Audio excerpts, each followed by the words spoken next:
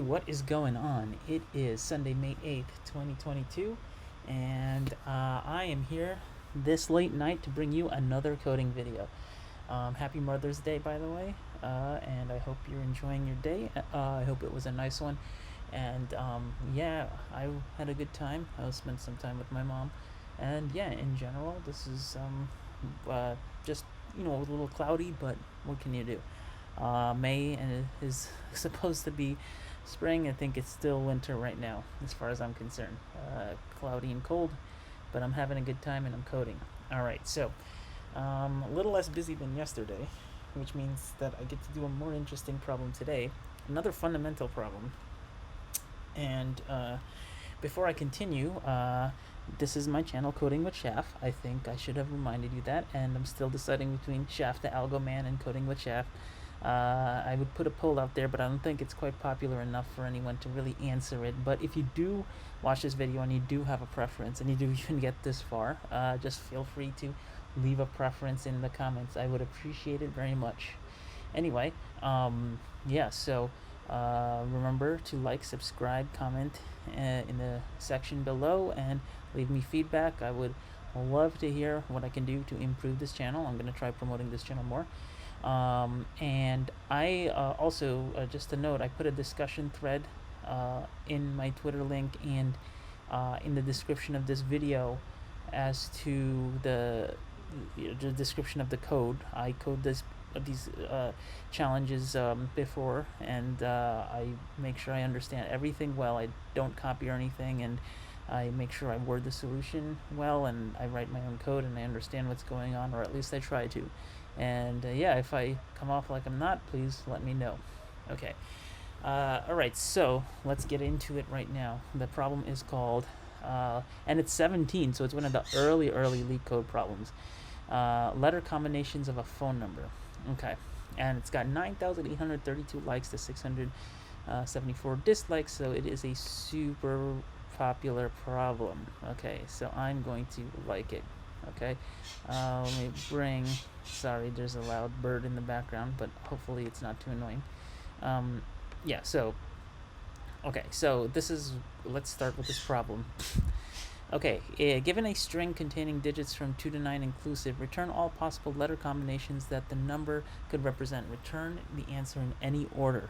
Okay, the mapping of digits to letters, just like on the telephone buttons, is given below. Note that 1 does not map to any letters. Okay, so basically you have this notepad. This example is this number pad, right? Dial pad, whatever. Digits are 2 and 3, and the output is A, D, A, E, A, F, B, D, B, E, B, F, C, D, C, E, C, F. And hopefully it's evident as to how you even get to this point, right? Because basically 2 maps to A, B, C, 3 maps to D, E, F, so you have A to D, A to E, A to F, B to D, B to E, B to F, C to D, C to E, C to F. And then if I had 2, 3, 4, I'd have A to D to G, A to E to G, A to F to G, then A to then A to, you see, you gotta keep track of it. A to D to H, A to E to H, A to F to H, and then you have, like, literally you pretty much have a exponentially increasing number of possibilities here, right? Because you start with character 1, and character 1 could go to either character 2, 1, 2, can go to, or we'll start with like A, then A to could go to, you start with the possibilities for A. So A is, you have 2, and that has A, then you can have A, and then 3 can be AD, and it can be AE,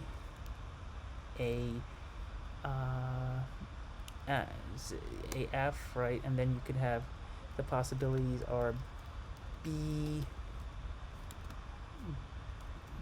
D, B, D,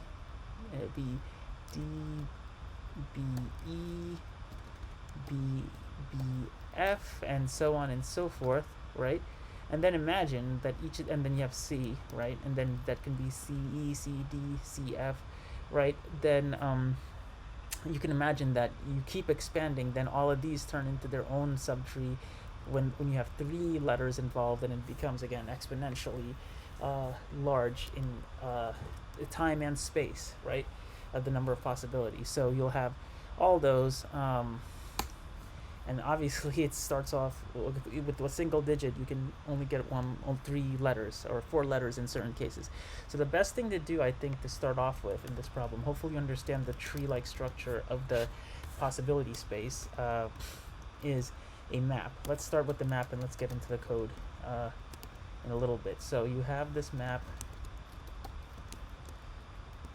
okay, and I am going to initialize this map outside of the loop, or outside of the function, because I don't want to reinitialize this every time, because this takes up unnecessary space to do so in each function call and unnecessary time. And it's just a small optimization, but it's an important one to note, because you can have more complex optimizations that you only have to do once instead of multiple times, and you can possibly do that even before the problem starts, right? The function starts. That's like in a unit test, the before annotation. Okay, for all you JUnit heads out there. Anyway, so let's start up the letters combination. Okay, now letters combinations. First thing we do, I'm gonna have to store all my result. List string result equals new array list, and this is just pretty much my results array. This is where the bulk of the space is actually happening, going to be stored. Well, no, it's not actually. No, the bulk of the space is not, but this is where my end results. So I can have all A, D, A, E, A, F, all these are stored here. Okay. Now, if digits length equals 0, we're going to start with the case of what if I have nothing. Then we might as well just make our lives easier and return an empty list. I think that's what it calls for, right? Okay, and then I have a DFS that I'm going to call DFS digits. And if you've seen my tree problems, you kind of know I generally refer to the depth traversal as just DFS. But you know, in an interview or something like that, you'd want to name this more qualitatively. You can call it construct string or whatever. It doesn't matter. In this construct string from digits, it doesn't matter. In this case, let's just call it DFS, because we're essentially going to be doing a DFS. Okay. Now, what does the DFS look like? Okay. So the thing is, what we're gonna, and why did I put these parameters here like this? So we're going to pass in the digits, right? So this is the initial digit string. The other thing I'm going to do is pass in a string called result, or candidate, because this second string is going to be this string that we're building here. It's going to be at some point A, some point B, some point C. That's this character candidate. So it's a candidate because you'll see by the time we get to the end of this iteration, that candidate will be added to our list, right? List string list. I'll call it result, because I called it result before in the original function, the top level function. So now the first thing is we have this index here. So what does this index do? This index is how far I am into the initial results initial digit string, because I want to go through every digit. Like if my digits are 2 and 3, index will be 0, index will be 1 here. Okay, and if it's 2, 3, 4, it'll be like 2, index will be 0, 1, 2.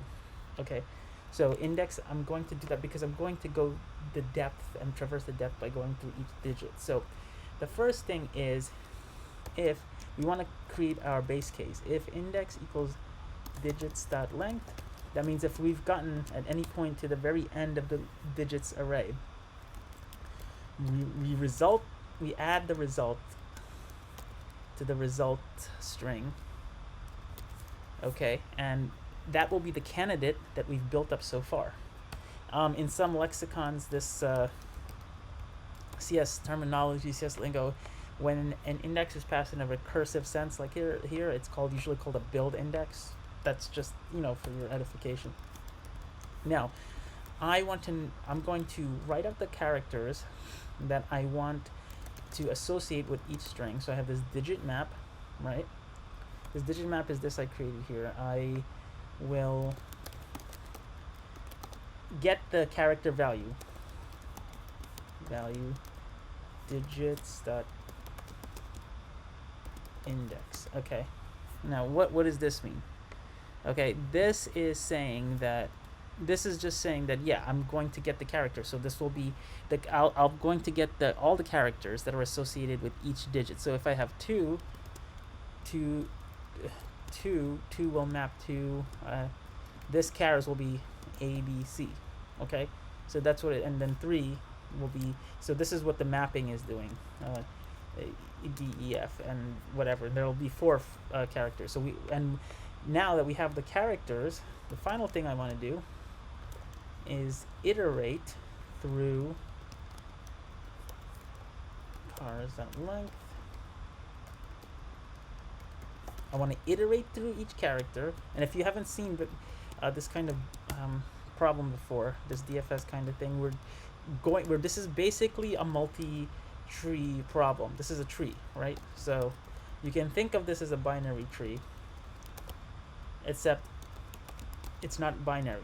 It's it's some kind of heterogeneity tree, because at any point in time there can be multiple nodes per child. So we're literally going through every possible n-ary tree here, an n-ary child. So let's see. Okay, so let's try. So this is basically, and this is what this looks like. As I go through, I start with each character. I go through A, then I do another DFS, and then I call this function again, and then this function will be A. And remember, in this part here, I'm adding.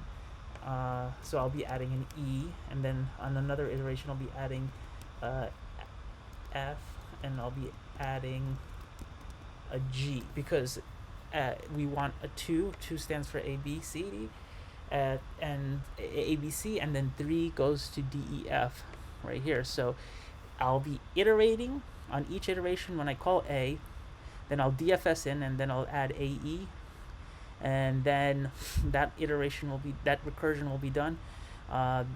Then the next character will be AF, because our next iteration will be AF, and then the next recursion will be AF, and then the next recursion result will be AG, and I'm storing it here. I'm adding the character value to this result, and essentially by doing this I'm copying this result. Okay, this might take a little bit for you to get, unless you've seen this kind of thing before. And then the next iteration will be AB, because I'm on the outer. Will be B. I'll delineate it by a pipe, so it will be A plus. B will go to B plus E, and so on and so forth. Okay, so I'm just expanding my search space here. Now let's run this code. Okay, I'm gonna put in string here, and what's the problem? Bad result. I want to do candidate. I don't want to get my numbers, my different naming variables mixed up. So you see that solved the problem there, and let's try running it. Okay, and that was 8 milliseconds. Now, is this the best we can do?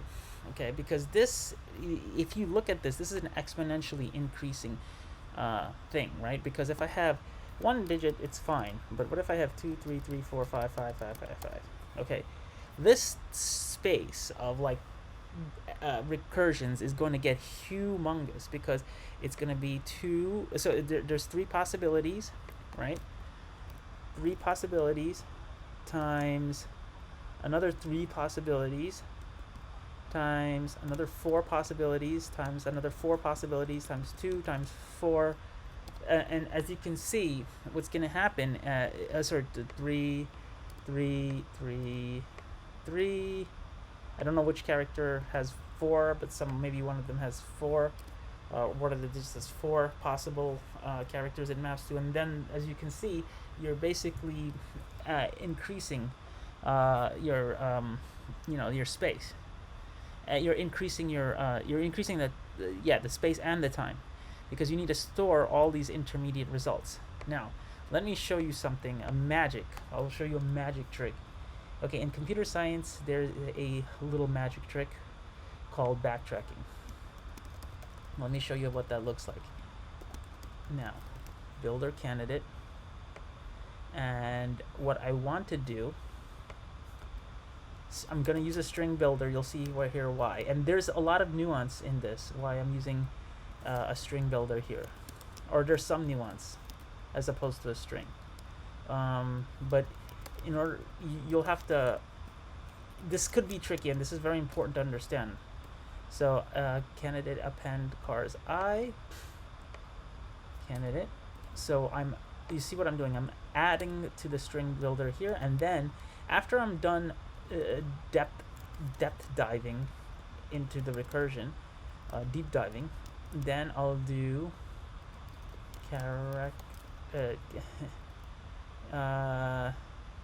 candidate dot length -1. So what am I doing here? I'm adding character. I'll have A. We'll say the first letter is A, and then I'll have AE. And normally the next thing I would do would be I'll go to depth again of A. I'll go AF, but no, I'm not going to do that. I'm going to go back to A, and I'm going to go back to AF, then I'm going to go back to B, and then A, and then I'm going to go to AG. And you're like, I'm going back and forth, and what's the gain here? Okay, well, first of all, I'm adding these every time, and I'm not storing AE, AF, AG intermediately. You won't see the benefit necessarily unless you go through several recursions, right? Like if I go to AE and then I go to AEF, like let's say AEG, and then I go back to AE, and then I go back to A. Okay, you see that I have to AE, AEF, AEG, or AEF, AEG, AE, let's call it AH, AE, then we'll have to do AEH, AEI, AE. I'll have to, if you compare what we've done before, I'm going to, instead of creating a tree here, I'm going to just recreate each branch of the tree. This is called backtracking in computer science. I'm going backwards, and by doing this, I don't have to explore extra paths that I'm going to explore. I've explored before, rather. Again, you're going to have to look into backtracking to really get what's going on here, but I'm really doing the same thing. It's called optimized DFS in this case for a reason. Append, and what we want to do here is new string builder. Now let me show you the magic of this thing right here. Let's see, what's the problem? String builder, line 19. Result add candidate to string. This is leaf work. Oh, oops. Let's see, what did I do wrong here?